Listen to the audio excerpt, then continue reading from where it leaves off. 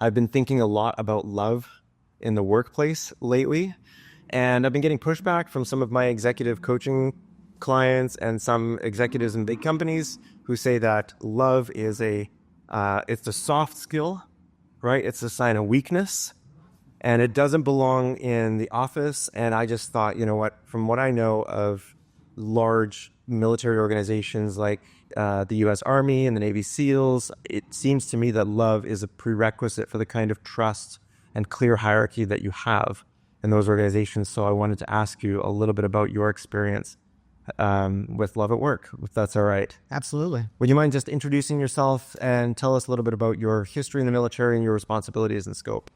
Yeah, so Frank Jenio went to West Point when I was 18. Studied the United States Military Academy at West Point, with the intent of becoming an Army officer. That's what I wanted to do. I knew that at a young age, kind of, playing Army, if you will. North Carolina in 2012, I was working in the United States Army Special Operations Command as the operations officer, if you will, kind of COO-ish. Yeah. And then got out and then have been here in the UAE since 2012. So amazing. Yeah. Tell me a little bit about your experience with or understanding or definition of love in the context of military. Like, how do you think about that? It's funny because when you and I talked about this first, I started thinking about all the ways that I either heard it being used or I used it. And it's in multiple contexts. So, just talking about the ones that I'm familiar with and used. And I say that because the U.S. military is over 1 million men and women strong. U.S. Army is about 500,000. So lots of other people probably have other anecdotal, examples of it, uses of it. Yeah. But the ones that frequented the circles I was in was, treating and loving your soldiers like they were your children. Yeah. Loving them like that. And the context is usually used in a leadership context, and it was you're going to love them, and to love your children means you're going to punish them. Yeah.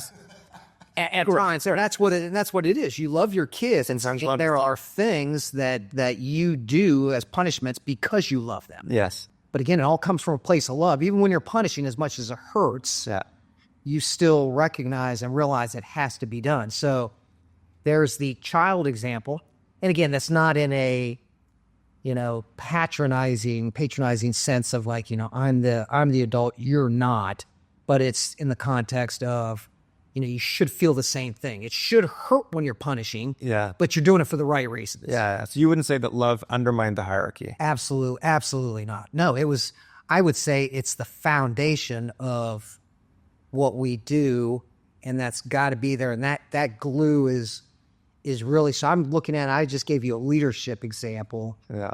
I can name numerous examples that I'm familiar with and, personally experienced, and you can read about them in all these valorous citations and stories you read, because almost every one of those, I bet you I could sit here and say every one of those is done from a place of love. Yeah. And it's love of a buddy, love of the unit, love of what the purpose is.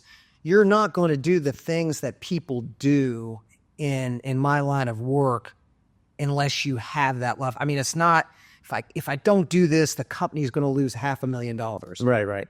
Yeah. Okay, when it's your life versus $500,000, that's an easy one. Yeah. But why then do men and women do these things that are just completely irrational? And they're counterintuitive to what a normal human should do. So I'm going to go in, I am going to grab this guy who's been shot. Yeah. And I know the people who shot him are still watching the area. Yeah. But I love that guy, and I'm going to go do that. I'm probably going to get shot. I could get killed. I'm doing that because I love that guy. Or I love what the purpose is of this and what we've built as a team. So you don't get that any other way. And, that you see it manifesting itself in real life, That's why I started doing the work on love at work, is because it seemed to me like I was reading a lot of leadership books on belonging, commitment, self-sacrifice, and leadership vulnerability, but I wasn't really reading any books on the highest form of any of those things, right? And the highest form of all of them seems to be love, right? You're going to get into that place where you're putting yourself in harm's way literally to save somebody, or at least attempt to save someone. There has to be that measure of commitment and belonging. 100%. Right? Right.